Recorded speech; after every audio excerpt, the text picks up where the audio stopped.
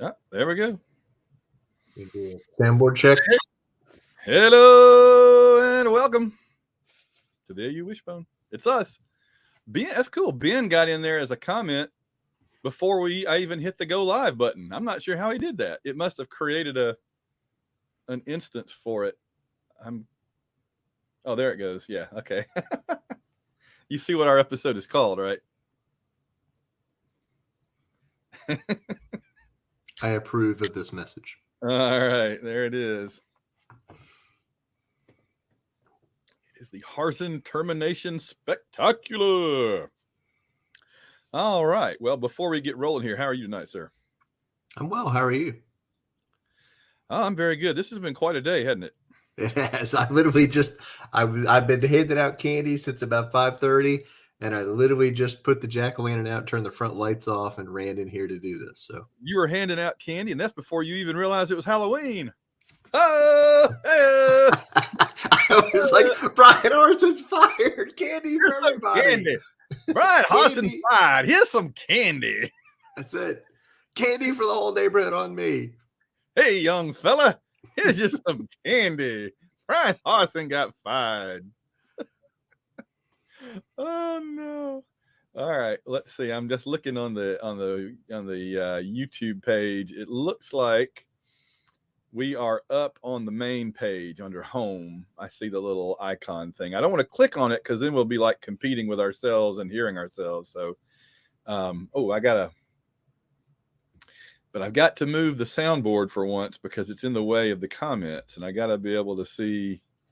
This is going to be awkward. I have two screens. Honestly, it's four. Getting to where, it's getting to where I need to look like one of those security stations on a thriller.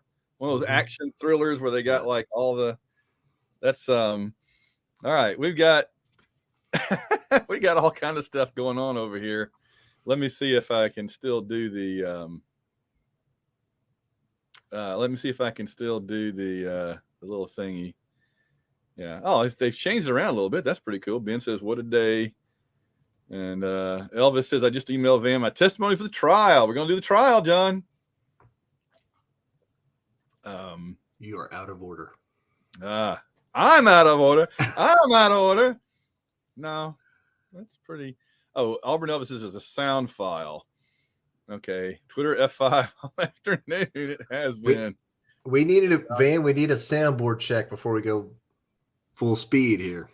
Smoke weed every day. There it is. There it is. All right. I'm just going to run through some of the greetings while we get ready to get rolling here. Oh, no kidding, Rick. Yeah. Yeah. Goodbye to the potato posse. Did you see the picture I tweeted out of Michael Myers with 24 on his chest? That's pretty much that was the scene. That was the scene at the Auburn football offices today. Yeah, that's right. I'm not going to do this the whole time because obviously this is an audio show first and foremost, but I just wanted to kind of cycle through some of the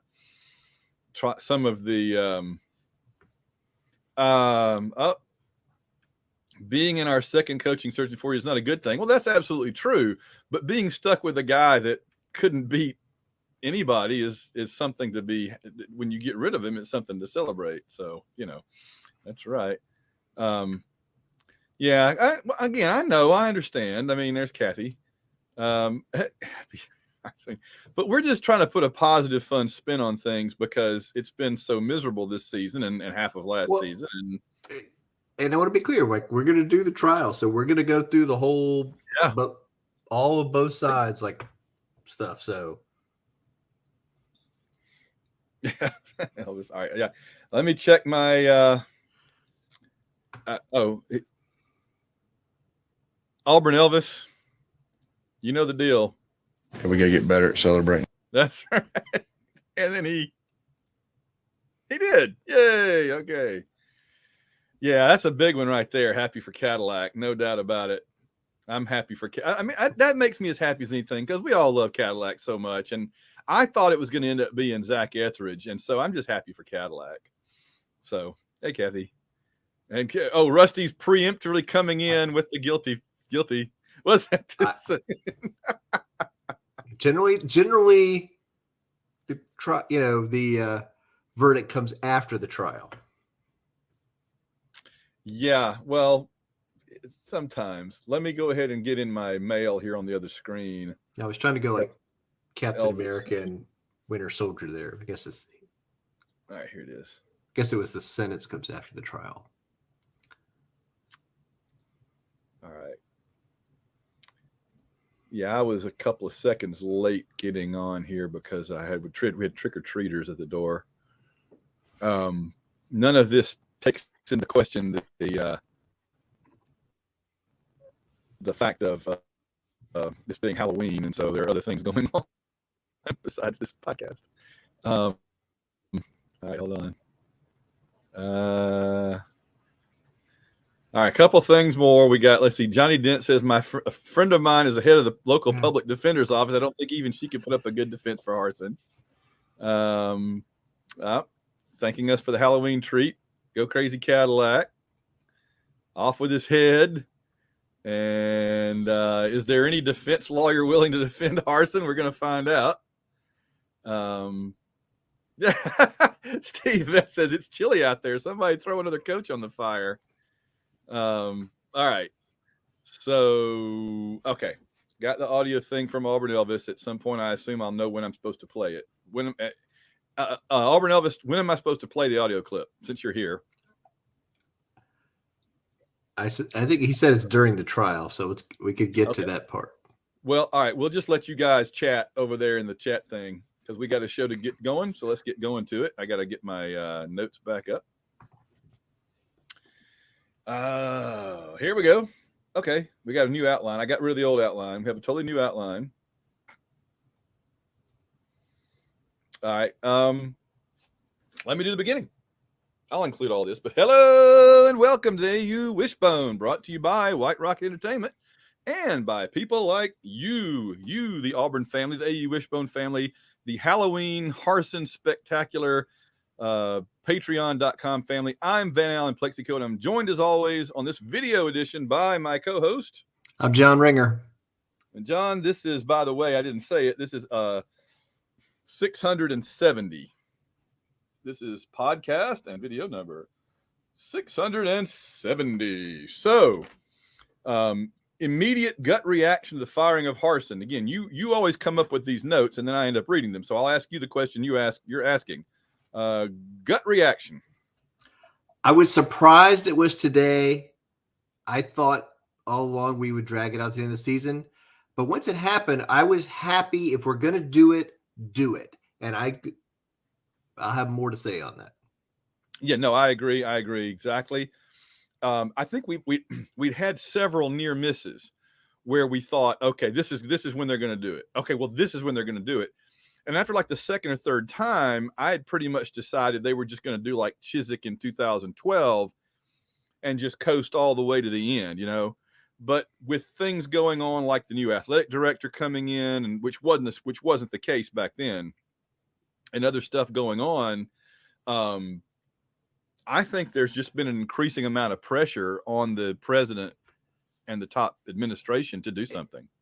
Exactly. And when we did the Chiswick decision, there wasn't, I don't even know if there was early signing period. I don't think there was. And there definitely wasn't transfer portal in December. So those two were big. Yeah.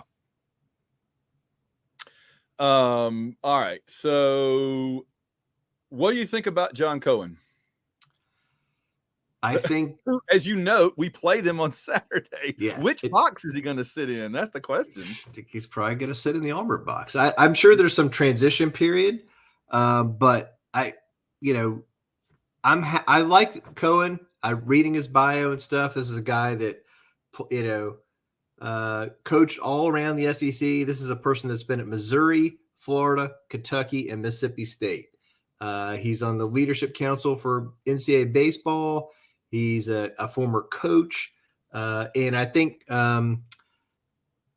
two coaches on Auburn's current staff, Butch Thompson and the women's basketball coach, Johnny Harris, both worked with him at Mississippi State. And so I know that they talked to both of those people before making a final decision to see, what did you think of him Is he a good leader? Can he do it? I mean, the university president, it was his call, and I think we'd heard the other names all along. I do think we made a run and an offer at the Arkansas athletic director, Yurchek. And I think that when you see they went after Yurchek and then they hired Cohen, I think they really shows they valued somebody with SEC experience, somebody that had experience managing an athletic department in this conference. And Cohen's had a lot of success. A lot of their programs had really done well under him, and I think that's a good thing. I think that's a good criteria.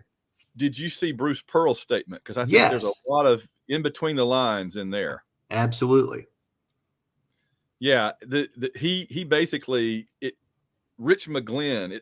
I read from it that he was kind of in Rich McGlynn's corner, which would make sense because Bruce is kind of a loyalty guy, and he already was at Auburn, Yes. And so he said something like, if we're keeping Rich McGlynn and going to empower him to do something or other, so it's the best of both worlds, was his quote. It is. So Rich McGlynn has been made like deputy athletic director. He's the number 2 person. He got a promotion. He's the number 2 person under Cohen. And so it is the best where we keep Rich McGlynn. They're empowering him to do what he needs to do, and Cohen could come in and be the top guy. Yeah, that all seemed like it worked out about as well as possible. I mean, the only way that it's not a plus is if there's something about Cohen we don't necessarily know, but we don't know that right now. And so he's been an SEC athletic director for 6 years. So if there was something to know, people would know. Yeah. Patrick Williams sums it up. Ready for the Harsin Interanum pages of We Believe Volume 2. Basically what we did with Barbie, with the Tony Barbie and Lebo section of the basketball book. Oh, I'm gonna go ahead and say that now since it came up, just so everybody knows while y'all are watching. What's the date we decided? The day the first game, right? A week from today, the basketball book goes on sale. Yes. So it'll be Monday, November 7th. Monday, November 7th, the first basketball game. Auburn basketball from Barkley to Bruce will be officially out. It came out in paperback and hardcover in the summer for our patrons, and they've had several months now to enjoy it to themselves, and they were able to get their special hardcovers and their signed editions and whatnot. Starting a week from today, you'll be able to go on Amazon or go to a bookstore and ask them to order it for you. You can get it, and it's just the paperback of the entire history of Auburn basketball from we hired Sonny Smith all the way up to the present. So, all right, I hope people will enjoy that. And if you, we will also ask you at that point, if you've already read it, to go leave us a review or a rating or something on Amazon to kind of help boost its visibility. All right. Let's see. I'm just going to go down your agenda, John, because we always do. And I like it. Basketball season starts this week. Exhibition Wednesday against Alabama Huntsville. And then the first real game is Monday, November the 7th. So a couple of quick things. Against George Mason. George Mason. That's up in D.C., right? It's in Northern Virginia. It'd be nice for me if it was a road game at George Mason. Maybe we'll do them a return down the road. But they made the Final Four a few years ago, didn't they? It was a while ago with the coach who's now at Miami, who we saw last year. But yes. Oh, that guy. Larinaga. Oh, Lord. Well, shoot. No wonder we okay. Yeah, so looking forward to that. Anything else about the basketball team before we got one more topic to get to, and then we'll do the trial. No, I mean, I'm excited for basketball season. We are going to do some more, basketball preview and discussions in the coming weeks. So, and we will be at the Auburn basketball game on the 11th. Friday, November 11th, we will be at the Texas Southern game. And then on the Saturday, the 12th, we will be at Auburn versus Texas A&M at Jordan-Hare Stadium. And we're going to do a signing of our new book at the University Bookstore, probably Saturday morning. We got to work that out with them. We were originally thinking Friday, but now they've announced A&M as a night game. We could probably do a Saturday morning signing. Probably be Saturday, early middle of the day. So if you're in the greater Auburn-Opelika area, come on out, say hey to us, either at the basketball game, come to the book signing at the AU Bookstore, or we'll see you at the game. Yeah, I'm looking forward to it. Have a great – I guess last time Good transition. The last time I was in Auburn was 2019, the Georgia game. 2019. Let me bring you back. 2019, the Georgia game, the late Gus Malzahn era. We're coming. Georgia gets out to a lead. Auburn comes storming back behind Bo Nix. We do an onside kick.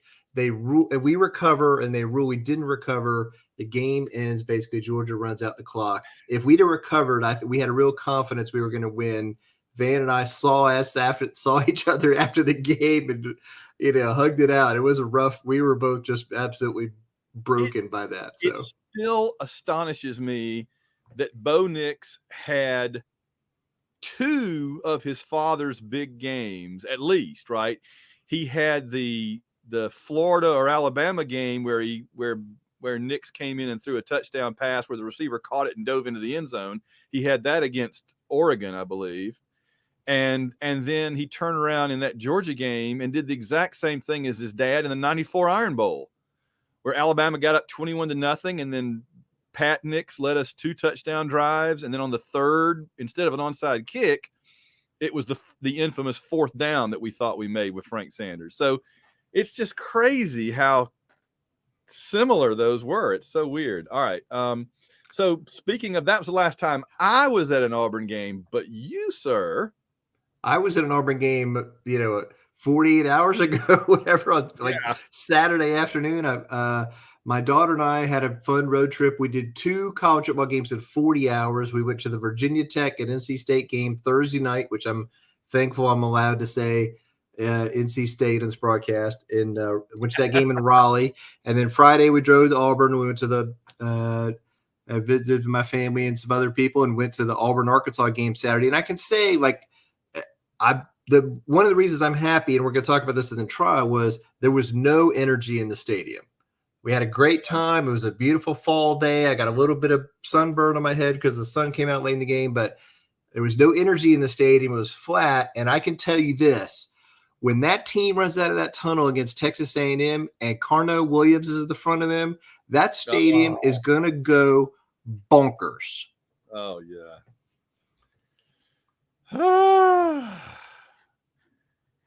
When when he comes out, the Mississippi State people are looking at him and they're going to go, "What are you? Some kind of doomsday machine, boy?" And he's going to be like, "Yep," and here it comes. Just real quick, Johnny Dent asked, where do we order where y'all get the biggest cut? And number one, I appreciate our fans and readers and listeners and all thinking about such things. The answer is probably Amazon, because when you get it from a bookstore, Amazon still gets their cut and the bookstore gets their cut, and we get like a few cents that are left over. When you get it on Amazon, there's no other sharing but us and Amazon. So Amazon's probably the best way. If you buy it at the AU bookstore, though, that would be fine too, because we get to meet people and sign it and everything else. So it's worth a few extra cents to get to meet everybody. And we're always happy to support the bookstore too. And understand, we don't do these for the money. We do it for the love, right? And because we love it and want to write about it and enjoy it, and we want to get it out to all of the people out there that like to read it. If there are a lot of other things we could be doing if we wanted to make more money off of stuff like this, like Alabama books, honestly. Not that they can read, but they buy them just to throw up there and go, look at all those Alabama books I got. But that's where the money is. But no, we do it because of love. I don't know if we'll be able to catch up to Bruce, but I would love it. Can we buy a basketball book? Yeah. They ordered like 40 copies, I think, so they should have plenty. I did not see it when I was there on Saturday. Our other books were there. Lorenzo was there. I did not see the basketball book, but I know other people have bought copies before now at the bookstore. Really? So, yes. Okay. Yeah, I checked with the manager, and she said that they got like 40 copies of it and like 25 copies of We Believed in a couple of weeks ago. So, and she hadn't said to me we need more. Okay. So I'm going to assume that we're good. Yeah, you might say it will go crazy, John. Go crazy. This is a good question from Keith Hill. Is it true that no one high-fived Harsin during the Tiger Walk? No, little kids did. Some little kids did, but most people were just kind of like, and he was walking by like, not. I saw it. I saw video of it.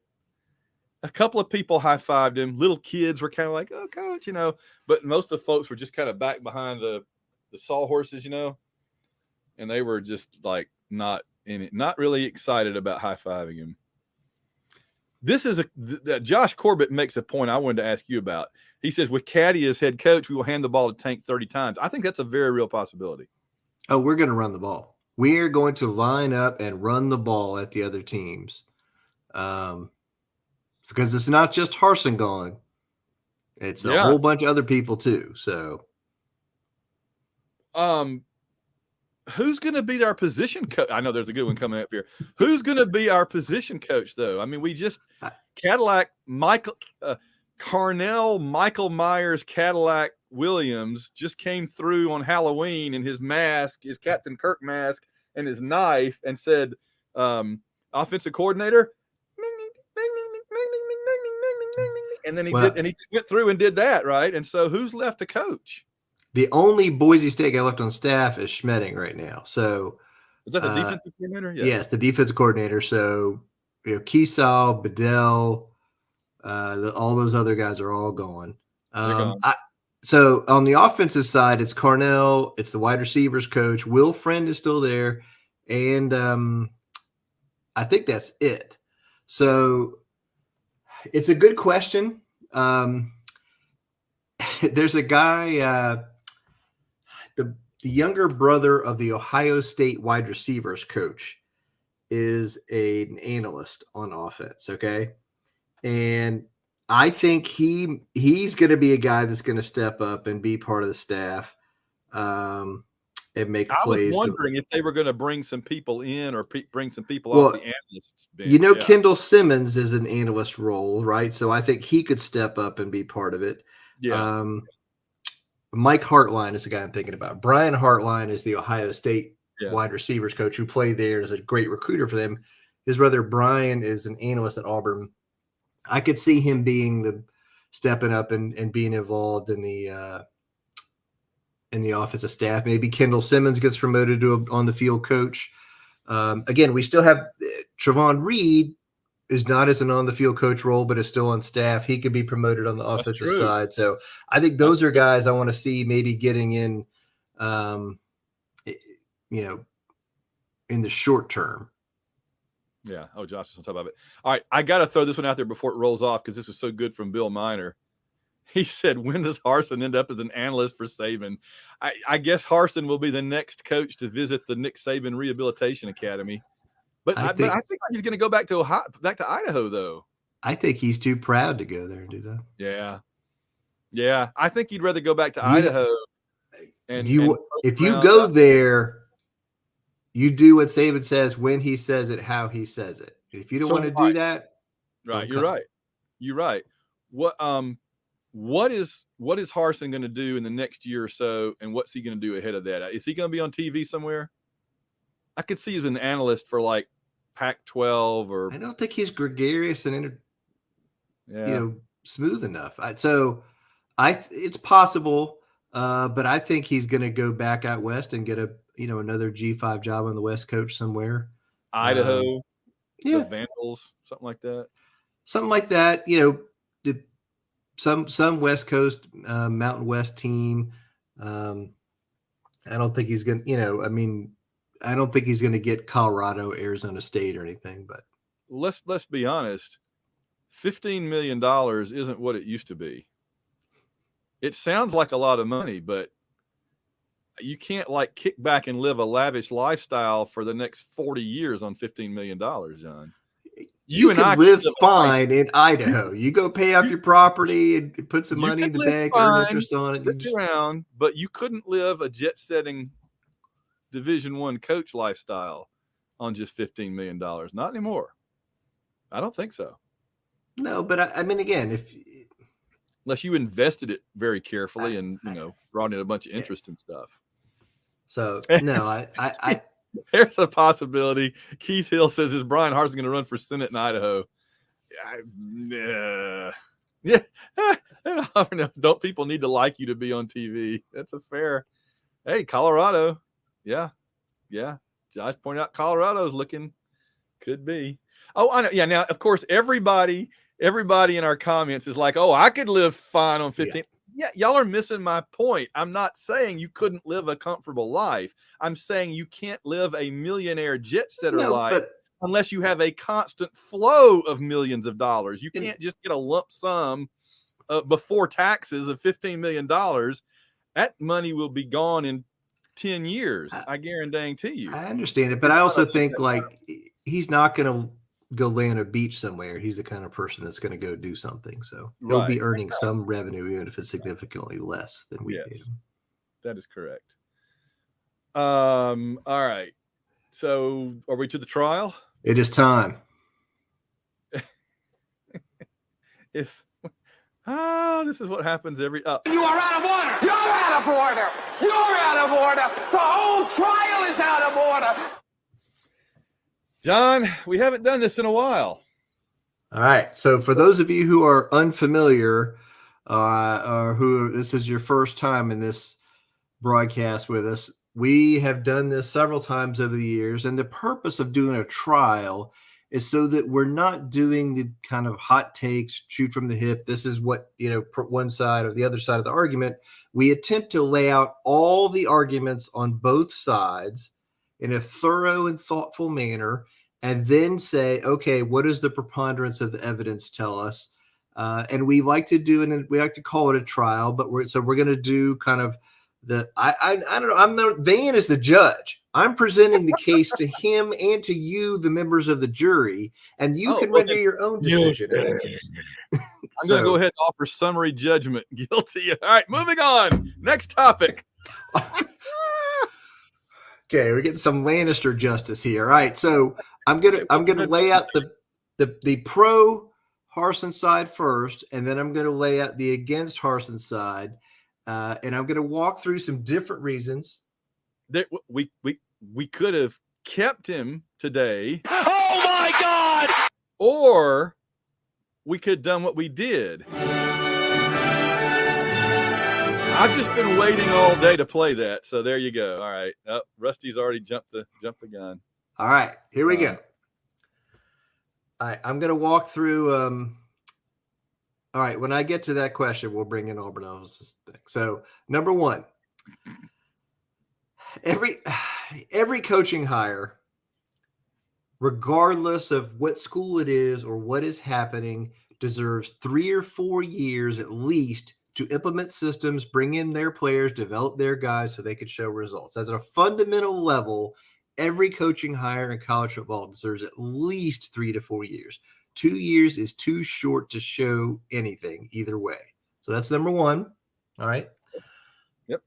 Number two, the fractured coaching search that led to the Harsin hiring is not his fault. So the search where we were all over the place, talking to Venables, talking to Napier, all that stuff, and the fact that we didn't agree on who the coach should be when he was hired, that's not his fault. He didn't cause that. He didn't make that happen. But then he walked into a situation where the boosters and the fans and everybody else was fractured and not united in support behind him before he ever did anything. So he walked into a situation not of his own creation where he did not have a chance to get full support. Okay. So that's number two. Number three is he was hired during the COVID restrictions. And that means that recruits could not come on campus and the coaches could not go out on the road to visit recruits. This really hurt their efforts to get recruiting off the ground and going and build relationships with the 23, 24 recruits. A lot of other schools had in-person relationships with these players before the COVID restrictions hit, and this limited their ability to go do those things. So there was a lot of, meeting with people over Zoom or that kind of stuff, but it's not the same. And we also know that having players on campus is a big part of Auburn's appeal and in attracting recruits. So not being able to have them on campus hurt Auburn compared to other schools. All right. Number four, in the 2021 football season, the Auburn team that Harsin coached was ranked in the top 10s and beat good teams, and then Bo Nix got hurt. That led to the 5-game losing streak and losses to Mississippi State, South Carolina, and Alabama. If Bo Nix stays healthy, Auburn wins those games. So basically, we are firing Brian Harsin because Bo Nix got hurt. When Bo Nix was healthy, the team was strong. And we know, like, the 2021 team was a first down away from beating Alabama. If they get the first down to win, Brian Harsin is the coach of Alabama tonight. Auburn. So literally a yard away from this firing not happening. I wish he was the coach of Alabama tonight, but no. I'm Auburn. sorry. God, good money. We could do a coach swap. Oh, man. I'm not saying I'm dying to have Saban necessarily at this No, point. but that would be really funny, though. That would be great. Oh, man. All right. So, number 5, Harsin did, and his team did learn some lessons, his coaching team did learn some lessons, and they changed the recruiting staff operation after the 2021 season and signing day. They hired a general manager and some more experienced football recruiting operations people, and the operation piece of recruiting, identifying and offering kids was better. I'm not saying it was good. I'm not saying it was great. I'm saying the behind the scenes mechanical operation of scouting kids and deciding who to offer and when and stuff was better. This is a relative statement. Okay. And a lot of this happened after some of the bad recruiting things that we're going to talk about later. Okay. Number 6, the Gus Malzahn offensive line recruiting really hamstrung this staff. Such an unbalanced group with so many upperclassmen and no lowerclassmen who could play, especially at tackle, created a situation where no transfers or recruits wanted to come to Auburn to play offensive line because they looked at the depth chart. Instead of having kind of 3 to 4 players in each class, we had a huge groups at the senior level, and then a bunch of guys, not a bunch of guys under it. Yeah, it's so weird. And additionally, so we had that kind of offensive line thing hurting them, and then we had injuries on the offensive line this year, which caused our starting center to retire and our backup center to get hurt. So we're basically using our third-string center against SEC teams.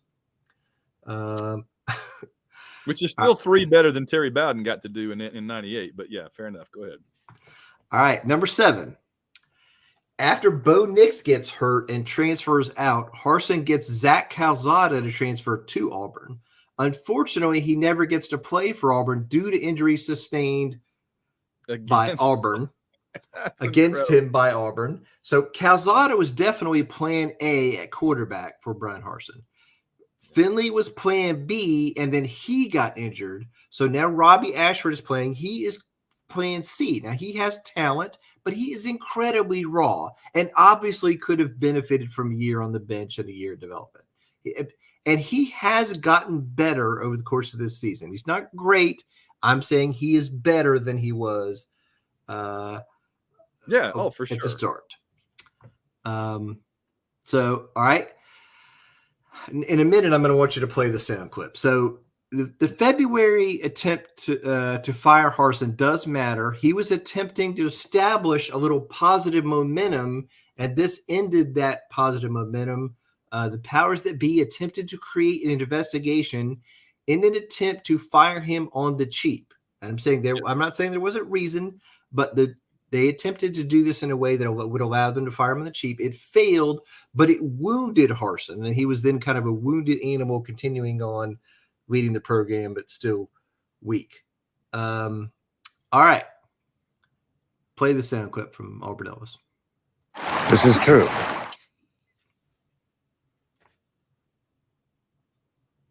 First, as we begin, I would like to say thank you to the prosecution for allowing me to speak this fine evening. I come before the court tonight wishing to address the notion that the defendant was undermined by the mysterious cabal known as the powers that be. It is well known, Your Honor, while one criminal may themselves be the victims of crimes, that victimhood does not absolve them of their original crimes. So the issue of whether the defendant was somehow damaged by other parties outside this trial is not a question for this here court. If the defendant believes he has been wrong, then he is welcome to plead his case to the court in due time. But the question before this here court, Your Honor, is simply whether the defendant is guilty of crimes against Auburn football. Thank you, Your Honor. All right, Elvis. Thank you very Matt Elvis, right? That's it. Elvlock. All right. All taken into consideration. And now let us hear from the prosecution. Now we're shifting to the anti-Harsin side. I did the best I could with the pro-Harsin side. You did. No, you did. I feel like I landed a couple points there. You did, but now dispel once and for all with this fiction and get on with it. We over under a Kingdom of Heaven quotes rest of the show. 11. That was Marco Rubio. That wasn't Kingdom of Heaven. The heck. All right. So we begin the case against Brian Harsin. All right. At a basic level, he had to do one of two things. He either had to win football games or he had to recruit well. He did neither. Okay. Auburn's record in football games under Brian Harsin, his overall winning percentage was 42.9%. No coaches since Shug Jordan was hired have had a lower winning percentage than that. His SEC winning percentage was 30.7%. In the last in the last 13 games, Auburn is 3-10. The last time it was that bad was 1949, 1950, pre-Shug Jordan. I'll point out too, because I did the research in this year, and we're only 8 games in, is the first time in Auburn history we've ever given up 40 points 3 games in a row. There was I'm coming to that. Okay, there were 2 other seasons where we gave up 40 points 3 times, but not even then in a row, and we still have a chance. We still have to play Alabama and a couple of others, so it could break the record completely. All right. So that was the first party. He had to either win games or he had to recruit well. Recruiting. Hey, John, let me address that other thing. I'm sorry. When you said he had to do one of the things, win or recruit well, one of the arguments that the defense has made, not in this trial but overall, is that you had to give Pat Dye a couple of years. You had to get Tommy Tuberville a couple of years. They didn't have great first years. And my response to that, because I want to get your opinion on this since you were just, making that case, my response to that is both Tuberville and Pat Dye, as well as others, you could tell immediately that they were doing things behind the scenes very actively that it was going to get better, right? With Harsin, it was like we got the first year of Pat Dye or Tommy Tuberville, and there was no sense that it was going to be 9-3 and then 11-1 the next couple of years. You know what I mean? You got the 5-7 or whatever, the 6-7, and then it felt like we were going to get another 6-7 if we were lucky. With him, I didn't get that sense that we were building towards something. If you look at the last several Auburn coaches, we've had 2 kinds. There's the kind that come in and have a huge year immediately and then fall off, which is Terry Bowden and Gus Malzahn. And we have the ones that have a bad first year, but you can see it building. With him, we didn't get the big first year, and you couldn't see it building. That's right. So 100% correct. It had to be, again, if recruiting was strong, Brian Harsin would be the head coach today. If we'd won more football games, Brian Harsin would be the head coach today. Both did not happen. Again, the worst football record since before Shug Jordan was hired. So a long time ago, very few Auburn fans are alive who witnessed that. Okay. And here's where we are with recruiting. And again, to go back to your Di Bowden point, that kind of goes back to my initial number one thing, which was there should be some kind of, 3 to 4 year automatic period, but the recruiting is getting worse and not better. The on the field product is getting worse and not better. In both those cases, in the Pat Dye case and in the other case, we saw, improvements. We saw changes. We saw, improvement in team toughness. We saw some other things happen.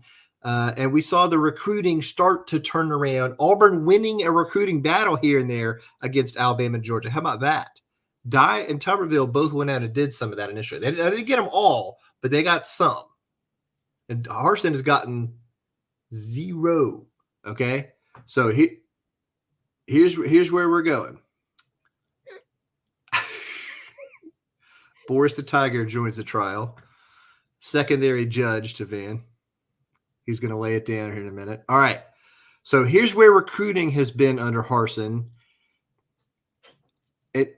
Auburn is currently 14th in the SEC in recruiting rankings for the 2023 class. Okay. In the 2022 class, we were 9th in the SEC. In the class where he walked in the door, it's on the 2021 class, we were 7th in the SEC, but many of those players have departed. Okay. Additionally, there's the recruiting results and there's recruiting activity. And the activity piece, the story from Christian Clemente earlier this year about how so many of his coaches were not even going out and visiting teams during the season was an absolute, huge blow to Harsin and his staff. I do, Yeah. and to follow up to Josh's point and what Van said earlier, the times are different with the transfer portal, with the other things going on now, the ability to get players in faster. You don't need to give someone 5 years. You can see some positive momentum in the first few years and see if it's going to work or not. So I think it's fair to have a reduced time frame. We shouldn't think, this is an exceptional case because of how bad it's been. When every discussion is 2012, 1998, or pre-Shug and how bad it is, we're into bad territory. And when we're getting out recruited by, Vanderbilt, Yeah. there's nothing more I can say. So recruiting, it's the lifeblood. We are getting further away from Georgia and Alabama every day that Harsin was the head coach. We are not getting closer. And so firing him and moving on to somebody who can recruit at that level and bring in talented players will only help us gain on them. So that's the biggest thing. All right. The football team under Harsin got worse and worse as time went along. We started out okay. We were competitive, but it went downhill and there was not a recovery trajectory. This team is in the bottom of the SEC in almost every statistical category except punting, and that was bad at last weekend. Yeah. Even punting went down. I want to say that was the one thing Vanderbilt always had at the top of the SEC stats was they were really good at punting. So when we got really good at punting, I'm like, oh, that's the death knell right there. When you start getting really good at punting and that's the only thing you're really good at, because your punter's getting a lot of practice, that it's not a good sign. No, it is not. And all right, so the next thing is, something that was a big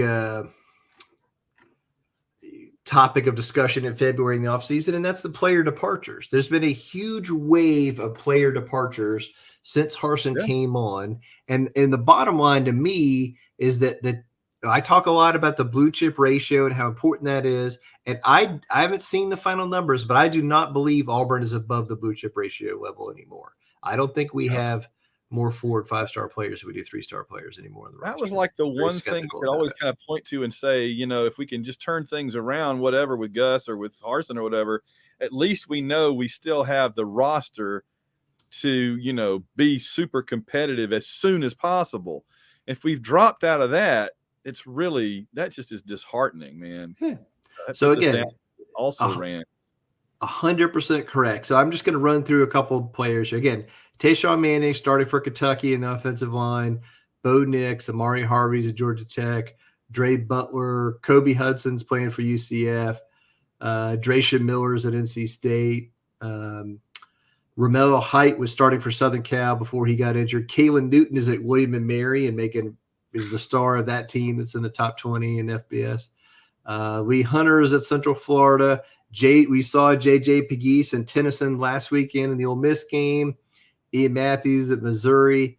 So I could go on and on and on, but this is where we are. I mean, there's a whole bunch of players that Auburn wanted, and the Auburn recruited and they signed here and they left and went to other places. And many of them are talented players who could help us now.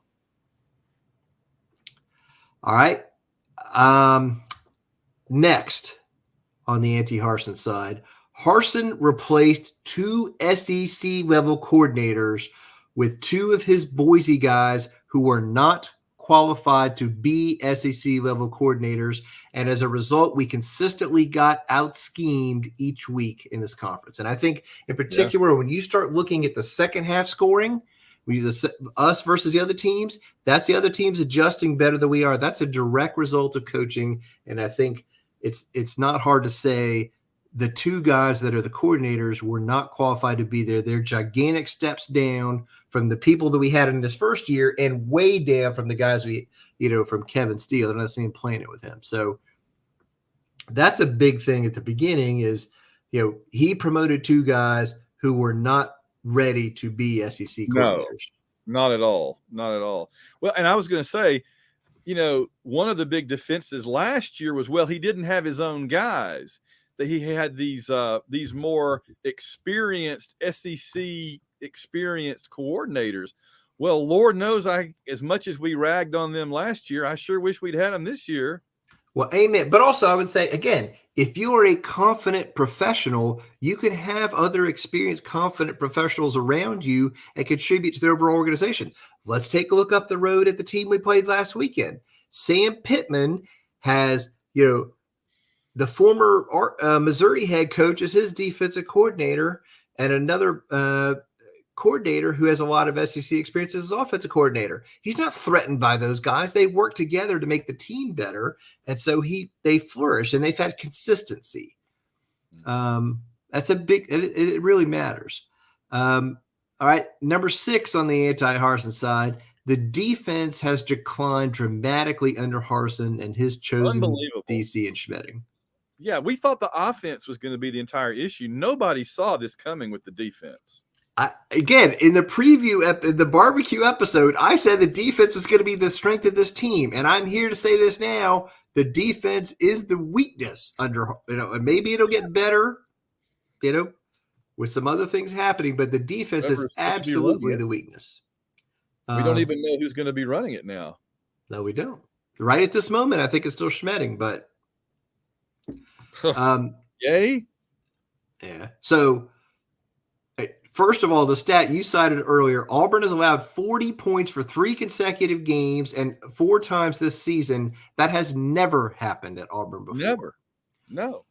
Auburn is one of 4 Power 5 teams giving up over 5 yards per carry on defense. The others are Colorado, Stanford, and Arizona.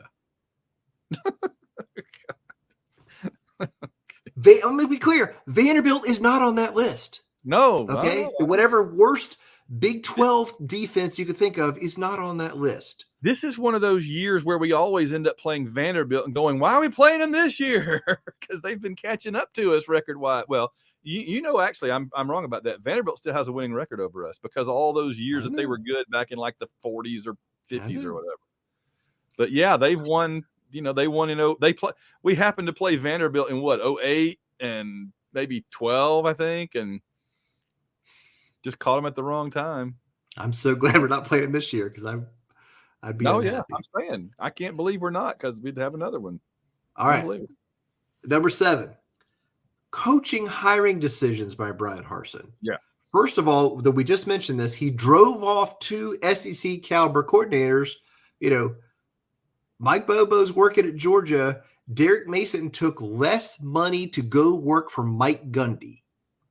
Okay, who is a crazy person. So Come after me. I'm a man. I'm 40. We have it. We have that. So when he lost Bobo, here's let's go in the Wayback Machine for a minute to the offensive coordinator search. Wait, hold on. Gotta go in the Wayback Machine.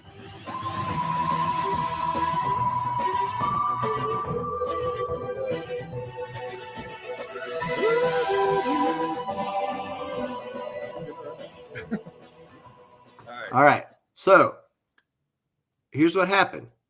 Brian Harsin tried to hire Zach Hill, who is a former Boise guy who had been at Arizona State, but he was fired from Arizona State because of the investigation and NCAA violations at Arizona State. So we were not allowed to hire him. I'm sure Rich McGlynn said no. So we could not hire Zach Hill. I can tell you that I have heard from multiple people Zach Hill has been on contract as a consultant to Auburn's offensive staff and has provided some input. He can't coach during games, but he's been reviewing game plans and giving input. All right. And at points during the season when the offense looked better, ding, ding. All right. Yeah. Number 2. So that didn't work out. So then Harsin went to plan B. Van, do you remember the Austin Davis era of Auburn offensive coordinator? He was the Auburn equivalent of getting caught in a motel yelling, "It's rolling, baby, it's rolling." That's it. He was gone after 48 hours or so. Davis was originally the Seahawks offensive coordinator who came to Auburn and then went out the door. We're getting to the in-game stuff. It's coming. Believe me. You think I left that off this list? Come on. I've been packing these stuff away for a year. So they also once the Austin Davis thing flames out, he looks around, he realizes he can't get anybody else good. So he promotes his Boise buddy who started as an analyst, who Harsin decided was only good enough to be an analyst a year ago. He also hired a new insult, Boise buddies. Those guys, man, they're a bunch of Boise buddies. That's it. He also hired Cornelius Williams again, and then he ran off early in season 1. All right, now it is time for in-game decision-making. In-game decision-making. So, there's a lot here, but I'm going to keep it short. Not enough rotation of players, especially on defense. This is we've talked about that many, many, many times. Additionally, during games, he made decisions to take risks when his team would have been better off playing field position. We talked about that a lot, especially this year, where he could have, done more of kind of the field position, punt the ball kind of stuff, and been better off instead he took chances. So let's take a look back at some kind of greatest hits from the in-game coaching decision meltdowns. The end of the Penn State game last year, the fade pass. God, okay. This whole segment's just going to hurt, right? This whole segment's going to be hitting a hammer on my hand the whole time. Go ahead. The Mississippi State game in 2021, okay? We ran a fake punt that failed, and then the team was in a downward spiral, and he just stood there and said nothing and looked out of the field, didn't say anything for like half of the game. That's every time, all the time, but yes, yeah. All right. The South Carolina game in 2021 goes for the 4th down, terrible play call. Boris has his headset on. He's talking to a Cadillac. I don't think it's work. We need to read something's not happening on Twitter, maybe with the broadcast. Double check it. All right. Something on Twitter? I think the broadcast maybe is not on Twitter, but we'll see. All right. So South Carolina 2021, he goes for the 4th down. He makes an absolutely terrible play call that 100% cost us that game. Alabama 2021, end of the game, could not get a first down. It was 3rd and 2 at the end of the game. If we get a first down, we beat Alabama, we win the game. They ran a very simple running play. It got absolutely annihilated. Later, on the second 2-point conversion attempt, they pulled out this great play with a bunch of fakes where we threw it to the tight end. If they had run that play on that 3rd down to win the game, we win the game Saban goes home a loser. Harsin's still the head coach. A terrible decision. Yep. In No danger, many games, we failed to run the ball enough with Tank and Jarquez. We had a chance. Additionally, the fake punt against Georgia this year was 0-0. We could have gone into halftime 0-0. Ran a fake punt that was, again, deep in our own territory, gave Georgia the ball. That was it. And the other thing is just consistently after half times, other teams are better. Other teams score more points. We get way outscored after halftime. And, that's on Harsin and his staff. They're not making the adjustments that are necessary. And then the last thing I want to say in terms of the Harsin, and I'm not, again, I'm talking about, I'm trying to stay away from kind of personal attacks, like what kind of person he is and how he treated people and stuff. But when I walked into that stadium on Saturday, there was, and on campus, and especially as I walked into the stadium, there was no energy or excitement or enthusiasm around the program anymore. Someone said it felt like A-Day. We're playing an SEC West team, and it felt like A-Day in that stadium. The rest of the season had become a slog, a death march, and we knew where it was going. He knew where it was going. So I just wanted to lay it out there. The decision to pull the plug on Harsin was made given the energy in that stadium and how the team played and how the fans reacted, especially in terms of the way people bailed out in the second half. So, Your Honor, I rest my case. Well, I guess somebody knows why we should have kept Harsin. Someone knows. But God knows. Yeah, but not me, because to me, it's a slam dunk. I mean, I appreciate your very able defense in the opening segment. I thought you really did name about as many ways of defending him as one could. But in the final analysis, and I think a lot of even the Harsin defenders have come around to this. I think a lot of the Harsin defenders have come around to the idea that even if he is somehow being done wrong, at this point, it doesn't even matter. That ship has sailed. The bridge has been burned. The cow's out of the barn. The geese have flown the coop. And the metaphor has run its course. Yeah, it doesn't matter anymore. It just doesn't matter because you can make excuses or legitimate reasons, and none of that really matters because it is what it is now. To borrow a phrase from Coach Saban. So yeah, Boris says no. He's trying to get some intel here on his little headset for more information for us. So look who Reynolds. Yeah. So we've got, let's see what we got here. Auburn Elvis says burn him at the stake. Guilty. Boris.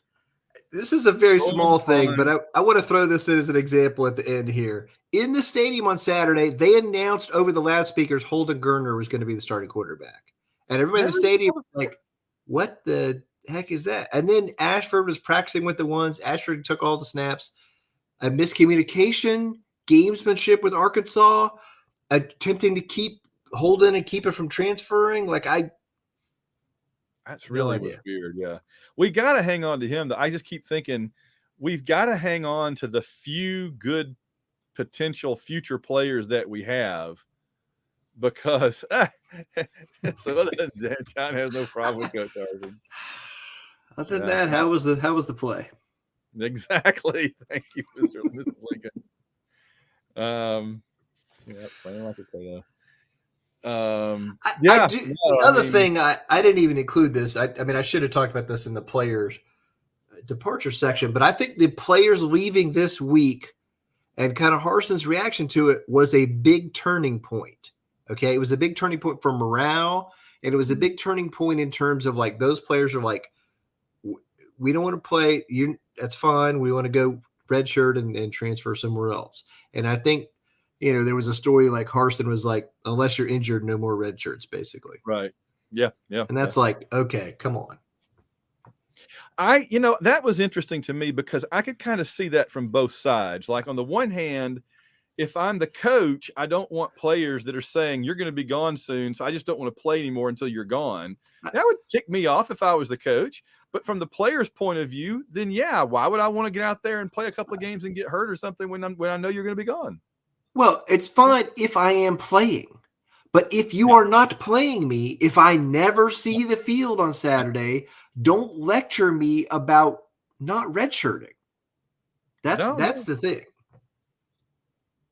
This is the truth. Like the new coach should come in and tell the Twitter team to put the Penn State score up. Well, Auburn Elvis makes a good point. We can only lose 10 more and then it doesn't matter. So yeah. I was gonna say, Elvis, that was one of my favorite comments I saw today. Was when we lost that first we lost the first commitment, and you said, well, there's only 11, so it's not like it's, I forgot how you put it, but it was a very good point that it's not like there's a lot to lose. I'm going to say this about kind of where we are, where we're going. I think we have a president now, an athletic director. They want Auburn to be very successful, and we've come a long way in the NIL front in the last few months. We're hiring an assistant AD to do just NIL for all of our athletes. I think Auburn is going to, turn into a power in that area in a much greater way than we have before. And I think we can come out of this with a football coach that we're all aligned behind, that the boosters are aligned behind. We're supporting that with the big NIL effort. And I think we come out of this in a much improved situation and move forward to be successful. I really genuinely believe that. Yeah, no, absolutely. Well, Josh has a preference here.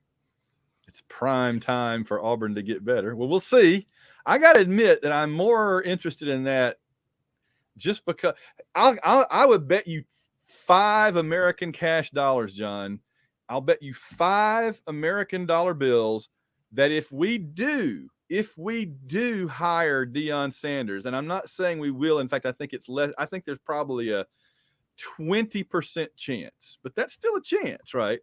But I'll bet you $5 that if we hire Deion Sanders, Nick Saban won't do any more commercials with him, because Nick Saban does those commercials not because he's craving those big Aflac bucks. He does it so he can be on TV during other teams' football games, right?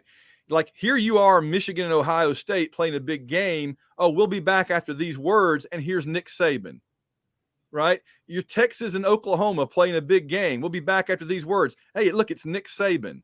He's a genius. He's on commercials in the middle of other people's games. And I guarantee you he does not want to extend that same privilege to Auburn's head coach. He would rather die than do a TV commercial with Auburn's head coach that will be on during other people's games. There is no freaking way. Let me put it this way. If you want the Saban and Sanders Aflac commercials to go away, then do everything you can to get Deion Sanders hired as the Auburn head coach. I don't love those commercials, but that's maybe a little bridge too far for me as a justification to hire him. So I'm just saying though. I mean, that's what would happen. That's true. That's what Harsin did TV commercials. I can't even imagine. Oh my gosh.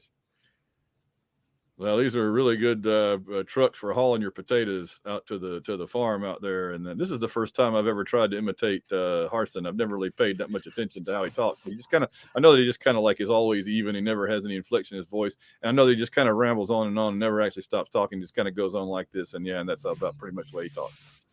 That was my first and God willing last time of ever trying to do Harsin. Yes. Let us pray. Let us pray. Let us pray. Oh, for a muse of fire. I hit that one in a while. All right. So have we reached a decision then? Because certainly I vote guilty. Get his butt out of here. Again, we are trying him in absentia. So The decision's already been made.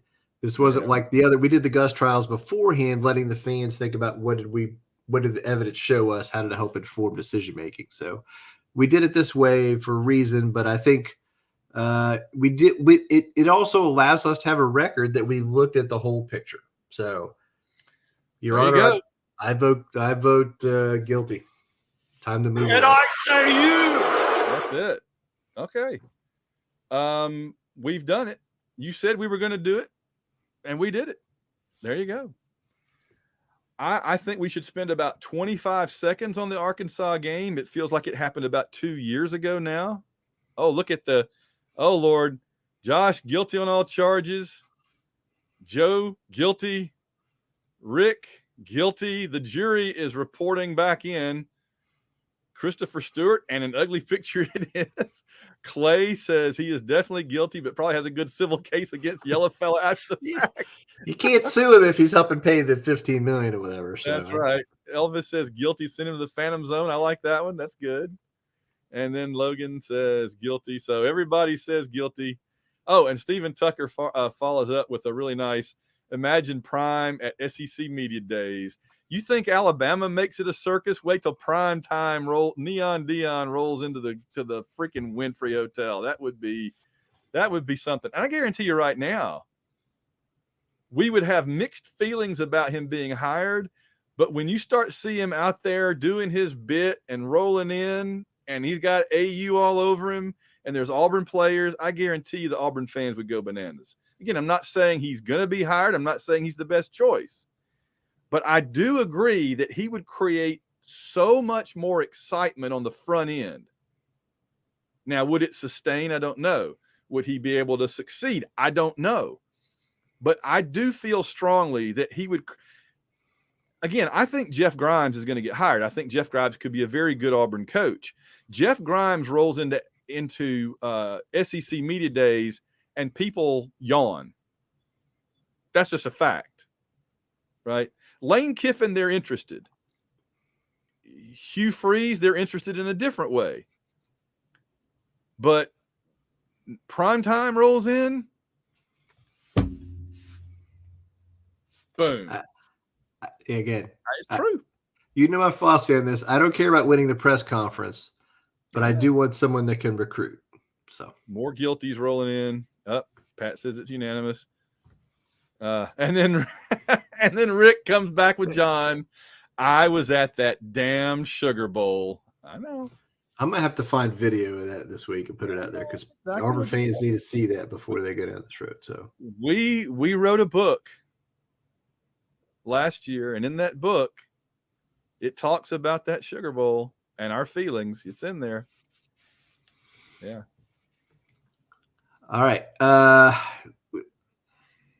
Is there anything you want to say about the Arkansas game? I did think that Ashford shows enormous potential. I do think he could not, he's not exactly Nick Marshall, but I think given another year or two and enough repetitions and a good offense that suits him, I think that he could be similar in terms of what he can do. I'm not going back to the trial, but I do have to say this. Yeah. This team is more talented than the results on the field show on both sides. Oh, 100%. Of the ball. Yes. A different coaching staff, different coordinators could get a better offensive output and a better defensive output out of this team that we have gotten this year.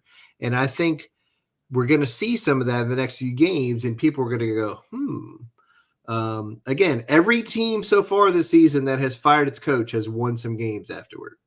Every team. So I think that matters. I mean, I agree 100% on the Ashford take. The other thing I just want to say is like Camden Brown was fun late in that game. Yes. He made some incredible plays. We got to keep that kid. He is exciting and he can play. We need to get him the ball. Yeah.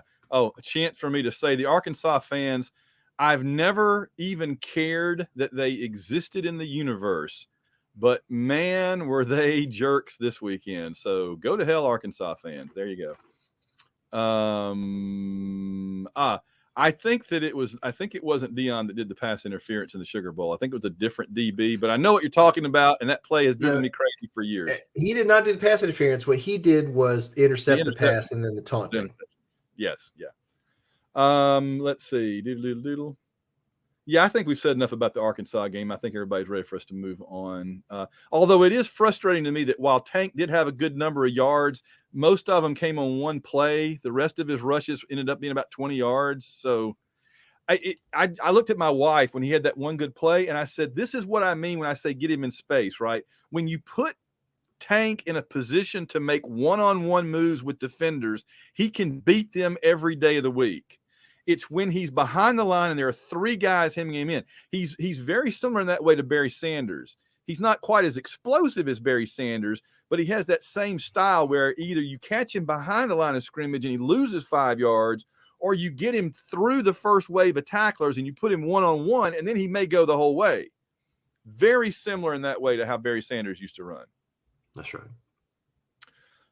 Anything we want to talk about the Mississippi State game? I mean, honestly, I don't really know what to think in terms of our side of that game now. That's going to be a complete mystery. But we do know we were beating their brains in last year, and then all of a sudden the universe tilted on its axis, and suddenly they started beating our brains in, and we couldn't even begin to stop them. Yeah. So I think Weirdest game I've ever seen. Again, I have no idea what to expect from our defense in this game, but on offense, again, I think we have to control the ball, but we have to score points. Again, Mississippi State is going to score points in this game. You know, they're averaging 31 points a game. They're way better at home than they are on the road, and we're going to Starkville. They're undefeated at home.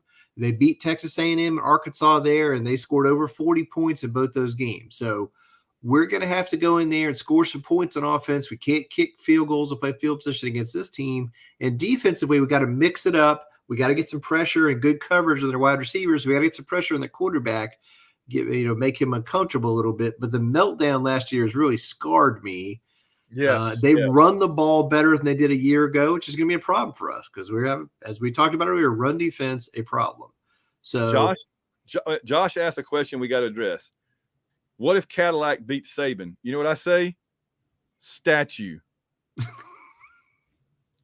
Right down there, we got Pat Sullivan, Cam, and Bo for their Heismans. If you beat Nick Saban in Tuscaloosa this year in the Iron Bowl and your Cadillac, you put a 24 out there running that ball a little sideways because he was like Tank. He's kind of a juker. You put that 24 statue out there. That's what I say. Agree. I know it violates the Heisman Trophy rule. I don't care. It's Cadillac Williams. He should have won the Heisman in 2004. Agree. If he wasn't sharing the backfield with Ronnie Brown, he would have had twice as many yards and he would have won the freaking Heisman. I know this. There's going to be a lot more energy and enthusiasm and excitement among the Auburn players. It'd be interesting to see a depth chart changes, roster changes, that kind of stuff. I don't know. But I do think it's going to be, they're going to see some more energy and push from the Auburn players. So I love Josh's idea. Again, I think we are going to run the ball more and we're going to run the ball better. I'm just going to say that. I think it's going to happen. I love the idea. Josh said, install the Caddy's installing the Wishbone. Caddy ought to install the two-back offense like he was in with Ronnie Brown. That worked pretty darn well. In fact, they ought to bring. There was a joke today about he should bring back Borges for like a 3-game contract. Triple B, bring back Borges. Oh man, those were the days for that. Borges, Al Borges couldn't recruit worth a flip, but when you gave him the players that Petrino and the previous coaches had brought in, man. Mazzoni and Petrino recruited that team, but Borges knew how to use them. He was the chess master. All right. So we'll see. I don't have high hopes, obviously. I think the emotions will be good. I'll put it this way. I think that once again, we have a chance to do well early in the game, but I'm afraid that emotion doesn't last 4 quarters, and what lasts 4 quarters is them throwing the ball for 700 yards on us. And do we have the defensive depth and talent to to contain it? I don't know, but I think we're going to give them a fight. And I can tell you again, it is 100% true. We're going to give everything they can in that game. We come home and play Texas A&M, and Cadillac leads that team out of that tunnel. That stadium's going to go crazy. Yeah, it's going to be a big difference. All right, we gave the book update. Got to thank the patrons right quick. got to do this because the show wouldn't exist without you guys. And a lot of them are in our comments right now. Oh, wait a minute. Josh says the Texas A&M tickets have increased by 40%. Have you already got our tickets? Yes. Oh, thank goodness.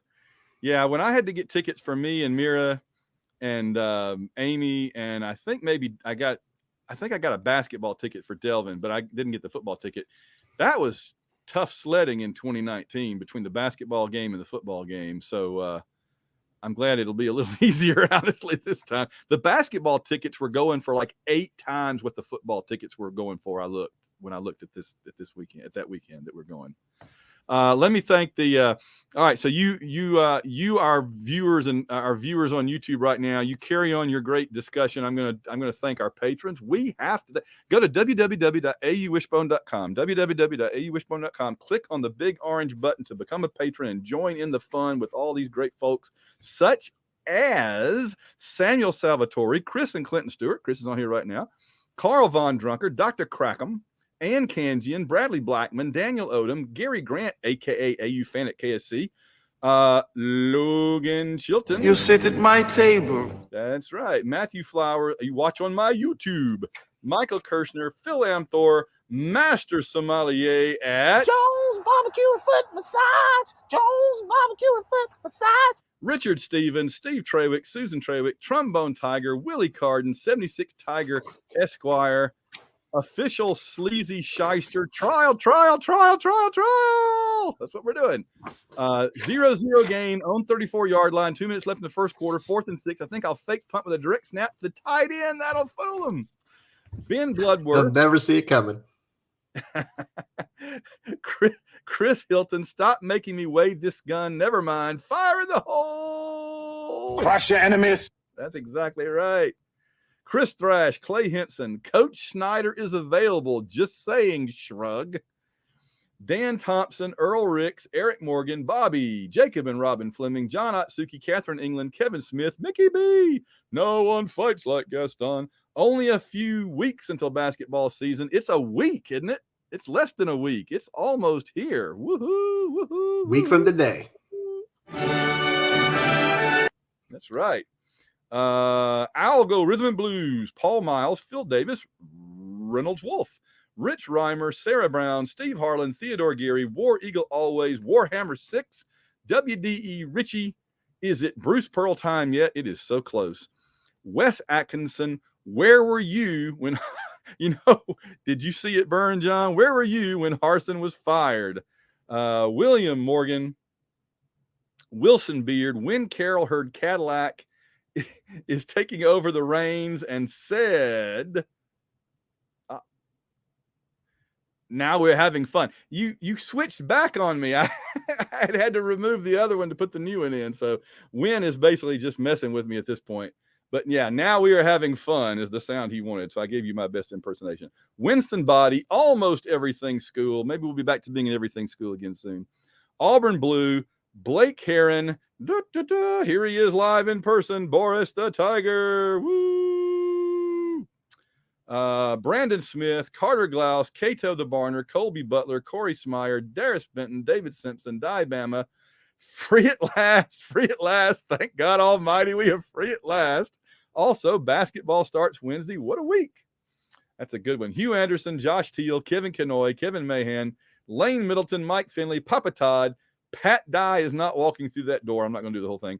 Patrick Williams, Randall Walker, Rob Morgan, Russell Milling, Sarah Hines, Sasquatch, Shane Bailey, Shannon Butson, Snow Dog, Tim Pittman, Timothy, Tony Perry, Weagle87, the Mad Reaper Pepper Company on Instagram. I still think that's a brilliant use of their space there.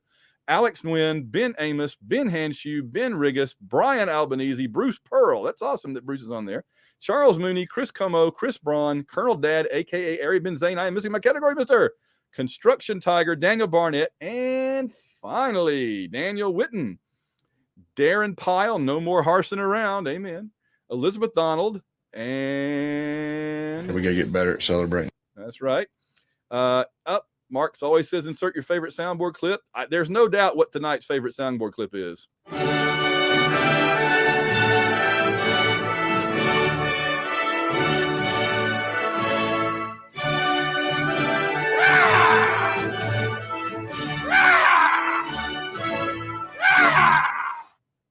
you go. I'll buy this for $1. James Taylor, Jason the Wheels of Skull, Albrecht, Jeremiah Schumann, Jim McCrory, welcome aboard. Joey Miller, Joseph Iliff, JT Jarhead, Justin Bean, Kenneth Brent Rains, Van John, and Barbecue All. You lied to me.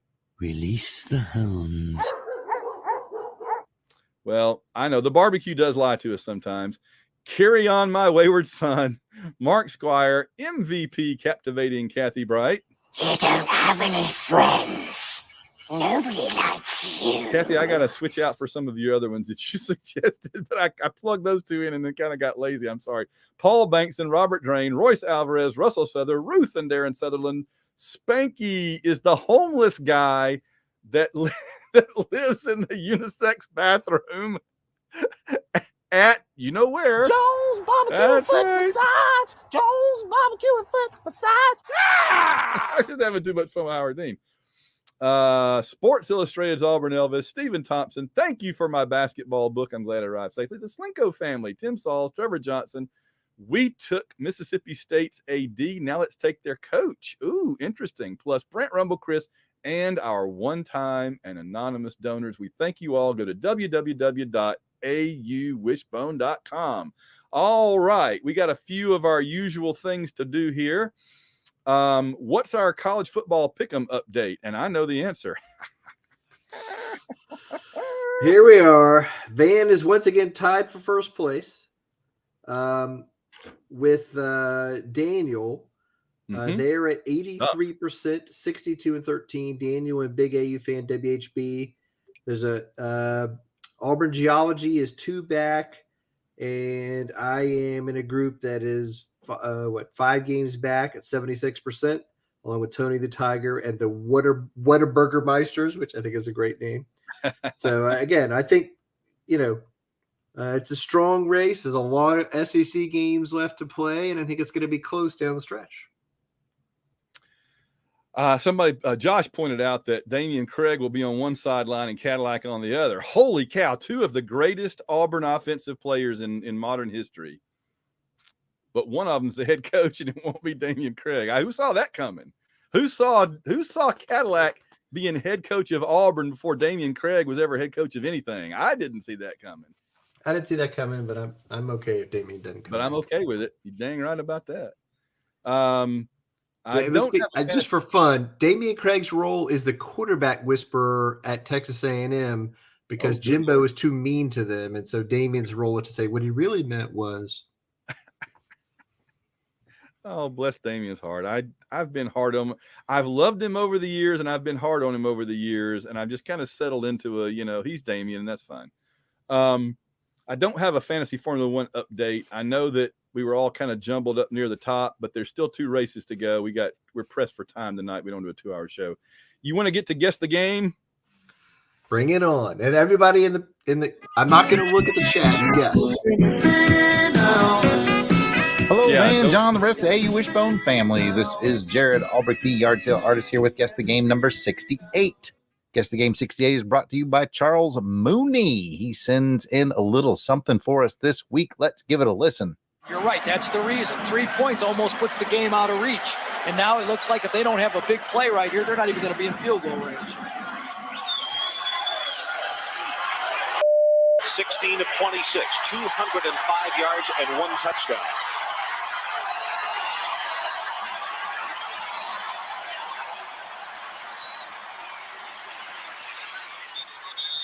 They went with the Ruski. Left it on the ground, and the ball may have been recovered by Auburn. It is Auburn football.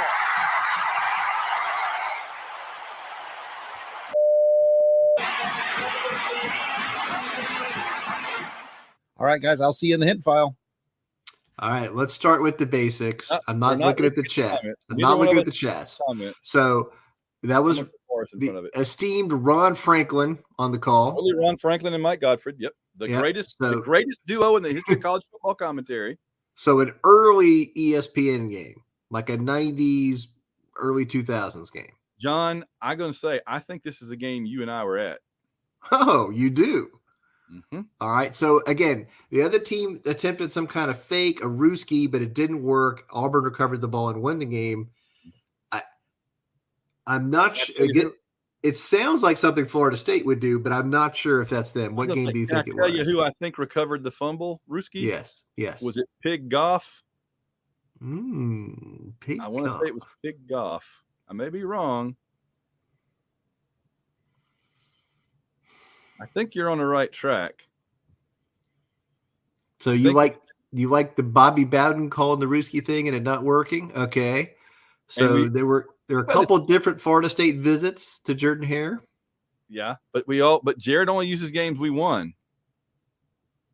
So not the 87 game where he got annihilated. Oh God, no. Good Lord. That was one of the worst beatdowns I've ever seen a good Auburn team take. That was a good Auburn team. It was a good Auburn team, and they only lost the entire year was that Florida State game. That's hard to imagine. They took us behind the woodshed. So, all right. So the other game, you and I were there. It was like 90. Was it 90? 90? 90. Was it 90? Remember we played them 83, 84, 85 and beat them. And then we lost to them in 87, 88, 89. And then 90 was the 7th game. And that was the game where we ended up doing the chop as they left the stadium. Falling down the stairs together in a big scrum and everything. Yeah. All right. So we're going to say 1990 FSU. Let's go to the hint file. Here we are in the hint file. Let's get rid of those bleeps and listen again. You're right. That's the reason. 3 points almost puts the game out of reach. And now it looks like if they don't have a big play right here, they're not even going to be in field goal range. Weldon, 16 of 26, 205 yards and 1 touchdown.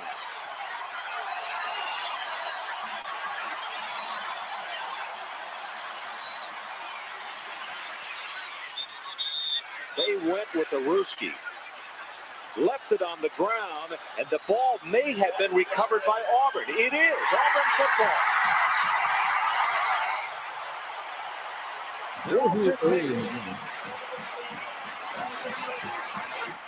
Yes, indeed. I will see you in the answer file. The play that we always remember from that game is where we sacked, was it Casey Weldon? Casey Weldon.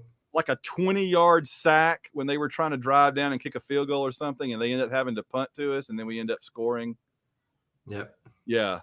And the reason I mean, again, if you don't remember that time period, if you weren't around for that, Bobby Bowden was famous for the trick plays and for the Ruskis, fumble Ruskis and that kind of stuff. So he was into that kind of thing. So if you said another team did that to us during this time period, they would be my first guess always. So yeah, absolutely. All right, here we go. All right, John, Van, if you guys figured out that this is Auburn playing Florida State in 1990, then you are correct. I want to thank Charles Mooney for sending that in this week. If you have a suggestion for Guess the Game, you can reach out to me. I am at Yard Sale Artist, Twitter, Facebook, Instagram. It is all at Yard Sale Artist, or you can email me directly at Jared, that's JARROD, at theyardsaleartist.com. Until next time, gentlemen, War Eagle. Yeah, that one is one of those that in a way should have been obscure, but we had so much information between the fact that it was a trick play, it was the 90s, that was the fumble Ruski kind of gave it away. Because I remember, again, we just wrote a book about this. But it's not just that. It's that if you told me an Auburn opponent ran a fumble Ruski against us in the 80s or 90s, my first guess is Florida State. So yeah. And then, of course, we knew it was a night game because it was Ron Franklin and Godfrey. And I remember that 90 game was at night. It was like night the whole game. Yes. It was a pretty late game. So, all right. Well, thank you very much, Jared. And we appreciate our listeners sending that one in. I forgot who you said. I'm sorry. That was a good one. All right, we got a slightly extended just because of a couple of things we've gotten since then. Thank you. Order. Questions to the Prime Minister. It's time for listener questions. Dun, dun, dun, on the AU Wishbone podcast. Just gonna wear that one out tonight because I'm excited. All right, we did get a couple of belated messages. But I got to say, they're all wonderful. they're all so appreciated. All the things that everybody sent in last week were so awesome. We really appreciated it.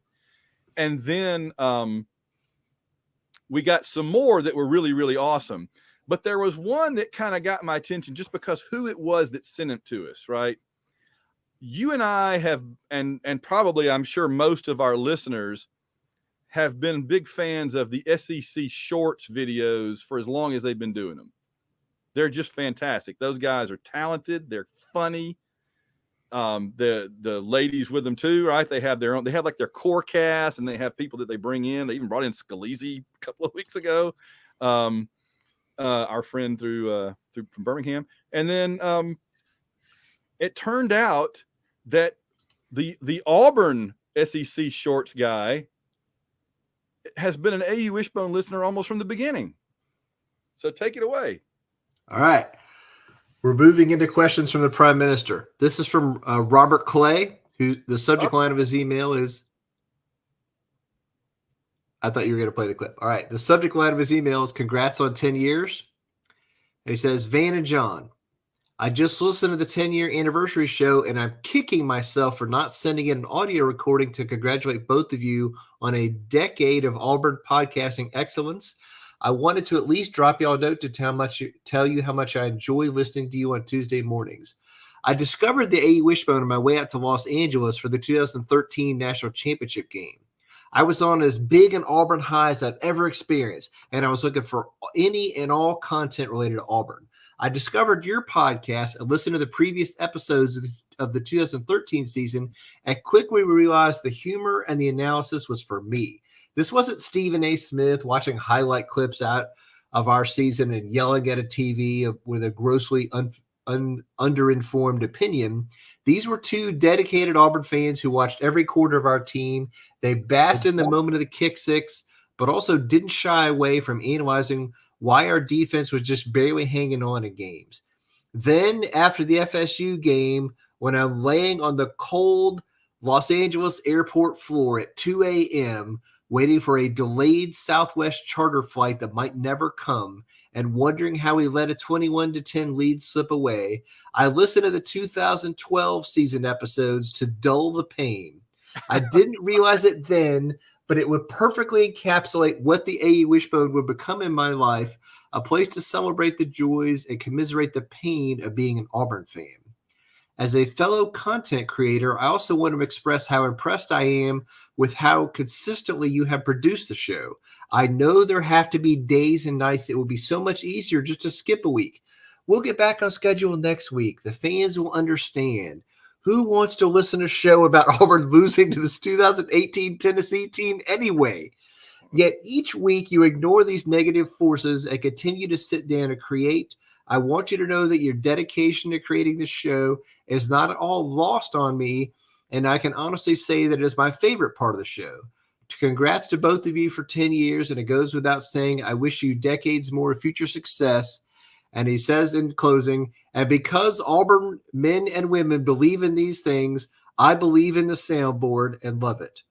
Robert Clay, co-creator of SEC Shorts. Now, there you go. I mean,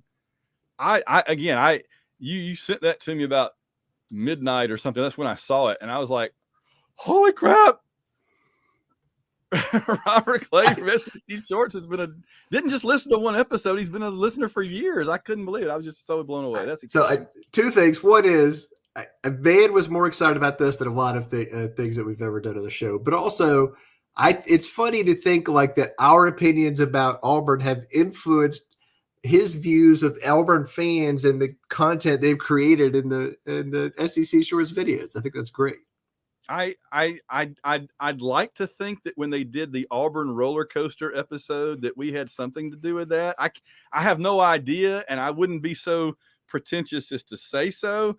I was just in my heart like to think that it was in the back of Robert's mind when they came up with it, because when they did that episode, I'm like, hey, that's what we always say, and so but other people do too, so who knows. But anyway, thank you, Robert, so much. That just really did make my week. I really appreciated that because those guys are so good. I love their they got a new video I haven't even looked at yet. I'm going to go as soon as we're done. I'm gonna go watch it. Okay, what we got else in the mailbag? All right, this is from Matt Flowers, who says, A belated happy 10th. He says, I know I'm late, but I was busy moving and hardly had time to think. I just wanted to say I appreciate what y'all do.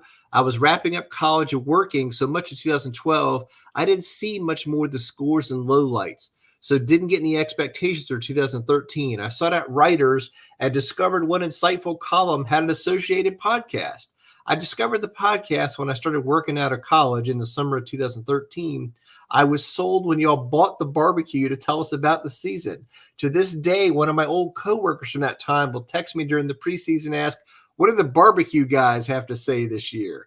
And I'm always eager to hear your thoughts that y'all have to share every week. He says, I think so much about how y'all naturally complement each other's style. Van is bringing the bombast and the sort of gut feel for the game, and John is helping to contextualize with numbers and facts and analysis from around the spheres. It is clear that y'all love Auburn and that the show is an outpouring of passion, even when it is rough. Y'all bring a stabilizing energy to how I think about Auburn. No other podcast has so much flavor. It must be the barbecue and creativity that the two of you bring. He says, Coach Snyder, the soundboard, the silly nicknames for coaches and players of both AU and other teams, even little things like calling it a tackle football game will always bring me a smile. When my sister and I do our weekly Auburn football call, I always share what y'all have to say. It is a beautiful thing you have created, so thank you, Matt Flowers. Oh, man. Thanks, you. Yeah, I don't agree with that young fella. I think these two are done for. They're over. They need to clear out the bandwidth for a talented commentator like me. Well, we'll see. I would like to see the coach on the air doing some commentary sometime. That would be good. All right, we have any other actual listener questions? We have a few more. A couple of short ones here. This is from Samuel Salvatore. Says, hello, guys at War Eagle. We all know about the performance against Arkansas. What do you think of the new athletic director? Good hire? ? I mean, people seem to, there was one beat reporter-ish kind of guy that was kind of reporting some negative stuff. He said he stood by his reporting, and that's fair enough. But most everybody else has seemed pretty positive about it. So that's all I had to go by. Yeah, I agree. Again, he has been an SEC athletic director. Their programs have done well. I think that matters. Yeah. All right. Our next question is from Jim McCrory. Says, Van and John, a comment, a thought, and a question. Now 21 games into the we needed to get rid of Gus era, I saw this tweet. I'll stop whining about firing Gus once we get rid of Harsin and hire a coach of Malzahn's caliber or better. Damn, we really threw away 2 years and maybe more years of football for nothing. The question was not answered at the time, was the why should we move on from Gus question. There were valid arguments. But the what coach would Auburn get that could be better than Gus against Saban and Smart. At the time, I didn't think there was one available that would be better. Clearly, there wasn't one, and that was why Gus was let go at that specific time was a huge mistake. Timing is everything, and the push Gus out the door crowd helped break Auburn football. Now, looking back, I would like to hear your thoughts. No, you and I agreed as much as we did like Gus. In so many ways, it was time for him to go. I think that 21 would have been painful in a different way if he'd still been around. And the offensive line wasn't getting any better. And I think he's much happier at Central Florida, honestly. I'm happy for him. I watch them every week when I can and cheer for them. And believe me, there's nothing about Central Florida that makes me want to cheer for them other than Gus, right? And T. Will.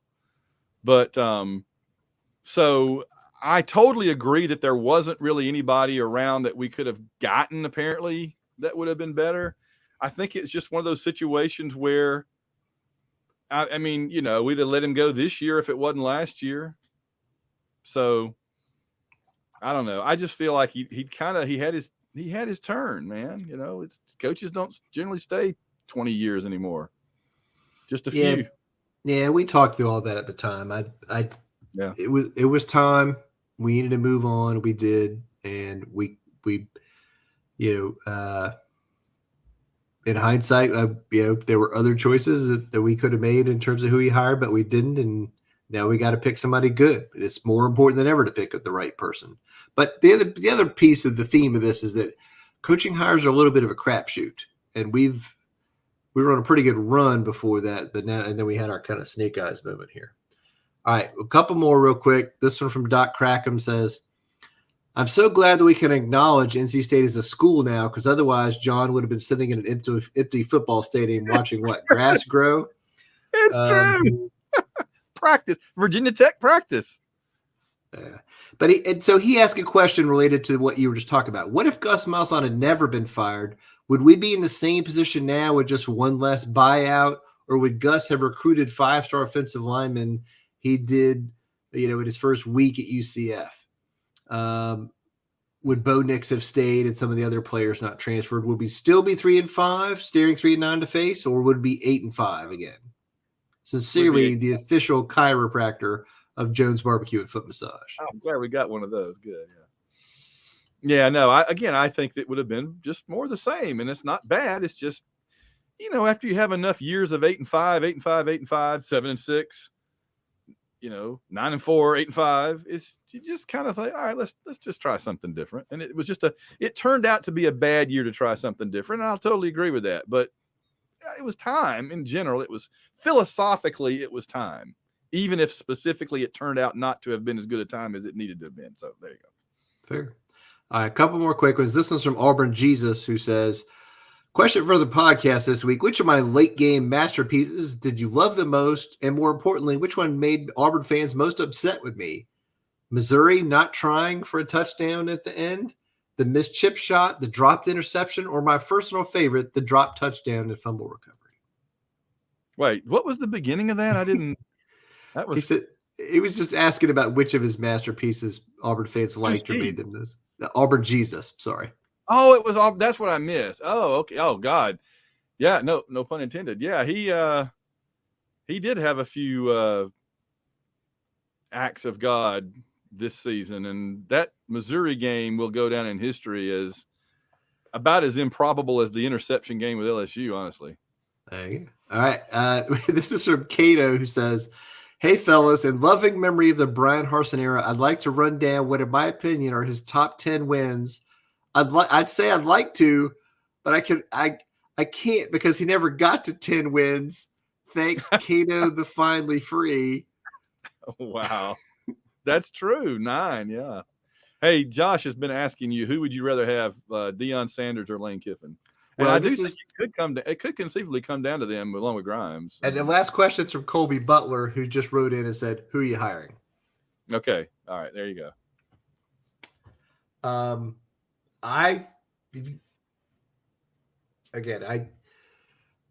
If you give me that choice, I would hire Lane Kiffin. And I'm going to relate it a little bit to what I said about the athletic director.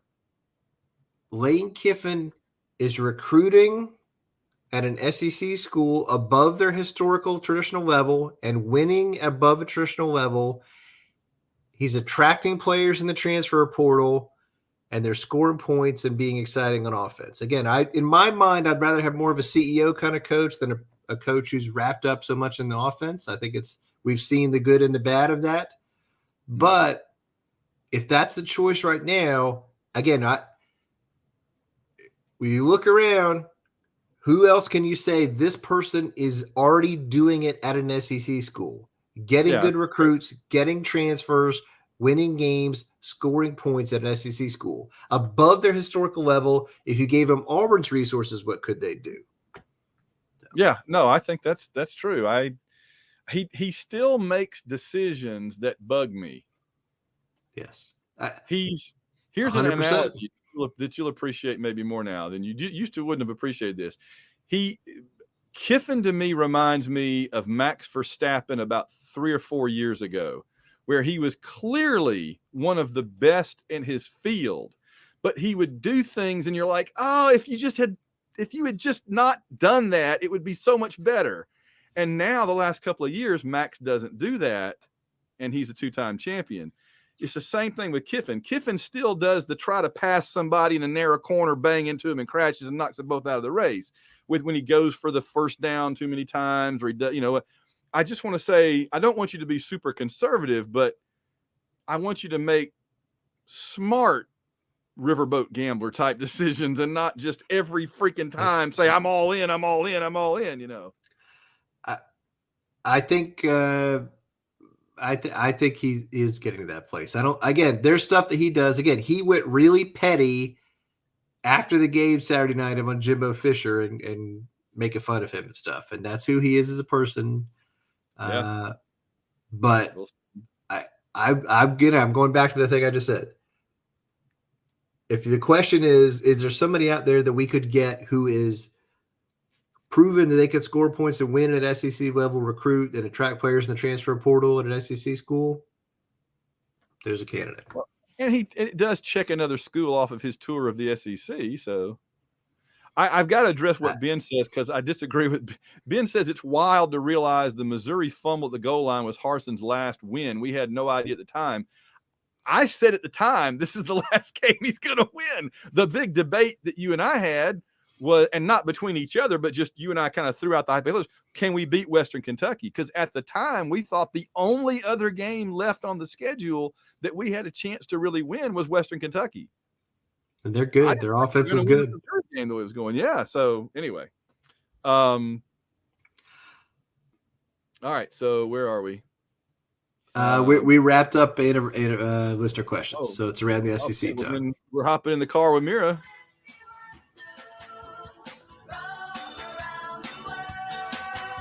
Let's take a trip around the SEC.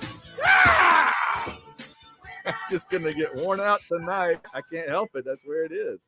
I did not know I needed so much Howard Dean in my life. But aren't you glad you got it? Georgia beat Florida 42-20. I wasn't even watching this game because I thought it was going to be what it was. But then I saw an update when it got down to one score between them, and I'm like, uh-oh. And then Georgia scored 2 touchdowns in like 90 seconds, and I'm like, blip, back over to the channel again. Any thoughts on that one? I mean, no, I mean, we watched a lot of this game after we got back from the Auburn game, and it was like, again, it was about what you expected. Florida made a run and made it close, but Georgia pulled away. And Florida's defense is bad. They are a couple of years away on the recruiting side from being competitive over there. I have something to say about Florida in just a minute, because this has really vexed me.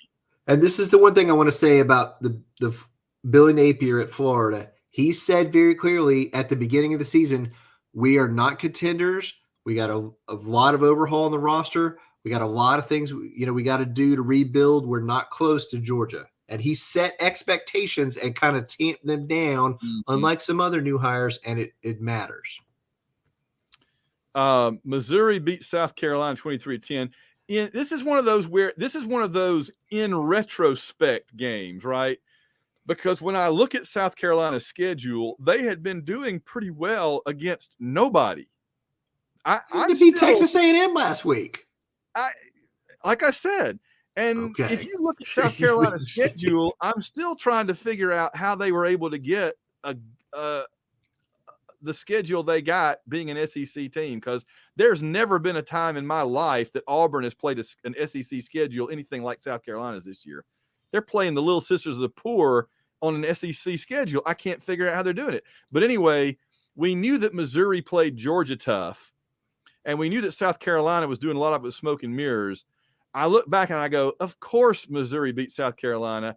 Why did I not see this coming? But at the time, it seemed a no-brainer. And you know what? Everybody on the pick'em that I saw missed it. Everybody got it wrong.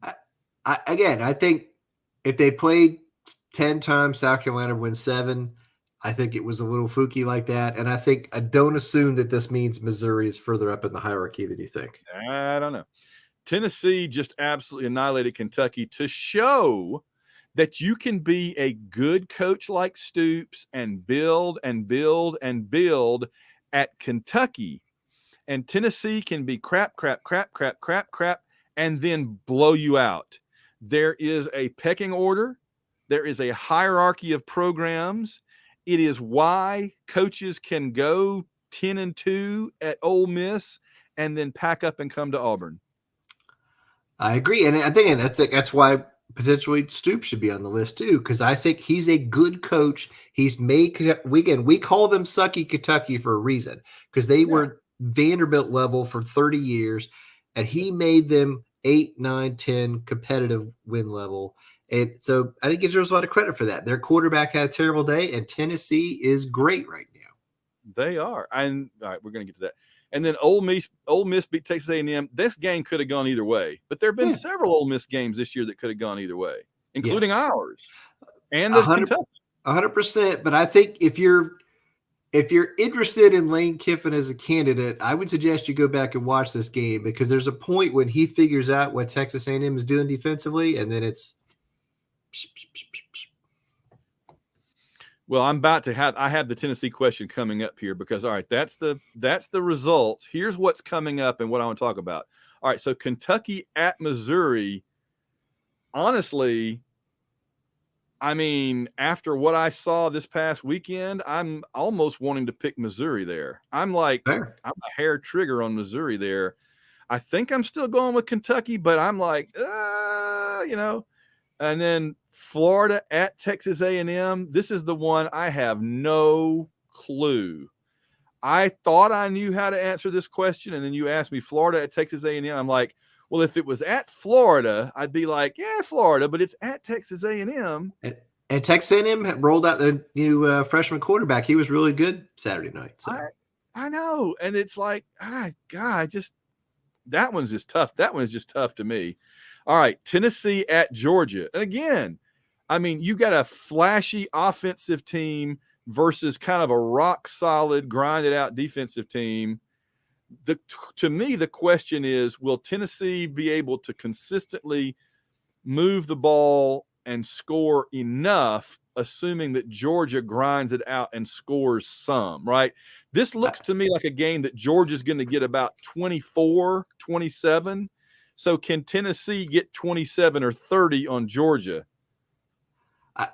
Tennessee's offense is not as good as you think, and Georgia's offense is better than you think. Last year, this game was in Knoxville, and it was 42-17 Georgia.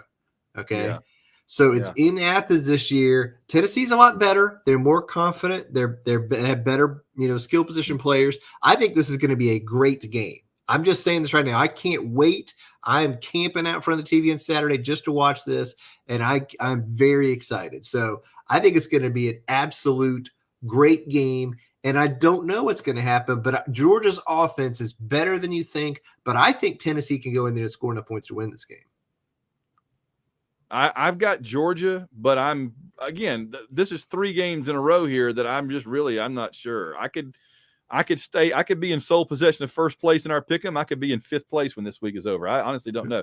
Liberty at Arkansas. So basically one of our potential future coaches gets another shot at Arkansas. We'll see if he does any better than Harsin did. I can't imagine doing much worse. Arkansas, I hope that you lose at everything now because your fans really tick me off. Alabama at LSU. Honestly, I struggle with this one because Alabama should win this game easily, but LSU has been playing very consistently well, and they're at home at night. All the signs point to LSU. Talk me off the ledge. The LSU quarterback does not throw the ball well enough. He's more of a runner. He's okay as a passer. He's not a great passer. And their defense is good, but it's not good enough. Again, they're solid and they're getting better, and Tennessee and LSU's well coached, but Alabama is going to. They're going to win that game by 17 points. Bradley said, I think Tennessee will win close like they did against the Bama Turds. I picked Tennessee over Alabama. That's one of the reasons I'm tied for first place. But I don't know if they can do to Georgia what they did to Alabama. I just feel like Georgia's defense is at a different level than what Alabama's past defense has been this year. But that's my main concern. And Georgia's offense is really good, but it's going to be interesting to see how they do. They're very efficient, Georgia's offense. So. Yeah, exactly. So, and then the creme de la creme, the cherry on top of the sundae, South Carolina at Vanderbilt. And again, this is one of those games where am I going to look back and go, of course Vanderbilt had a big game staved up to spring on a demoralized South Carolina. Of course Vanderbilt won this game. But I can't pull the trigger on that. I got to go South Carolina, don't you? No way. Yeah. No. I haven't done it this year, and I don't see one here. But yeah, I want to do a lock of the week, but honestly, I don't feel confident enough about any of these games. This is rough. All right, let's put the cherry on top of this show. What is your non-SEC game to watch? This is a feature I've really come to enjoy at the end of the. Josh is going in on the Commodores. Look at that. Yeah. All right. Again, I feel like I've thrown out some decent ones. I'm going to give you, again, on Thursday night, Appalachian State at Coastal Carolina, 7:30 on ESPN. That's going to be a fun game. Two fun offenses, a little wacky, fun, high-scoring game. I think that could be really good. I mean, there's no other game on the schedule on Saturday that I'm like, The other one I would throw out Saturday night, you could watch it a little bit before our game starts, is Texas at Kansas State is at 7 p.m. on FS1. So that might be a fun game to flip over to during halftime. So good deal. All right. Well, we've put in about a 2-hour show. We keep creeping in that direction, and we just can't stop. We can't help it. Hopefully things will settle back down again. I am looking forward. I'm going to bring the laptop when I come down for the Texas A&M game. So we'll be able to record some live on the ground in the neighborhood stuff. We'll do some video like we did at Texas A&M. We'll do various things for that our patrons and everybody else will enjoy. It'll be good. We'll have a good time and everybody will enjoy it. So, all right, John, I think that any final thoughts before we wrap up tonight? The Brian Harsin era is over. It's time to move on. Get united behind the next coach, but in the short term, I'm excited for the Cadillac Williams era. Let's go do it.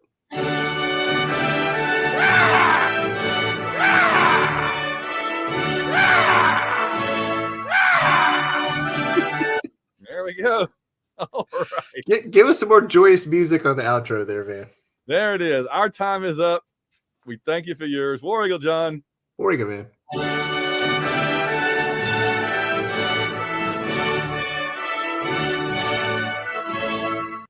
All right, and we are out.